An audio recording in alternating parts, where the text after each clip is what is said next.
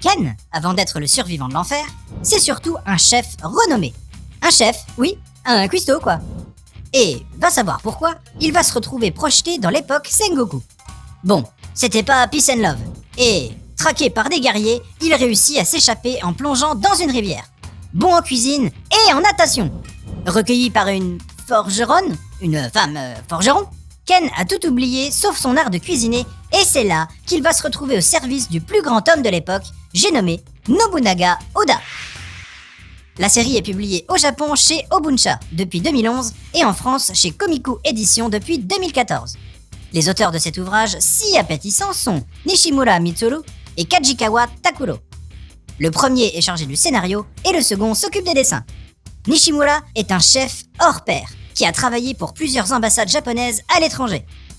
Compte tenu de son succès, le chef de Nobunaga a été adapté en série pour la télévision et le manga est toujours en cours avec déjà 30 tomes. Pas mal, non? Ah, que voici une bien belle histoire pleine de découvertes et surtout de curiosités par rapport à la cuisine japonaise qui n'a pas toujours été celle que tu connais. Ou que tu connais pas, je sais pas vraiment en fait. En tout cas, il n'y a pas que les sushis, les onigiri et les ramen quoi. Les dessins de ce manga sont super beaux, que ce soit pour les décors ou pour les personnages. L'immersion dans la période Sengoku est 100% réussie. Manque juste une chose, inventer un moyen pour pouvoir sentir des plats si appétissants dans un manga. Mais, à part les taches de gras... La note de Manga News, 16/20.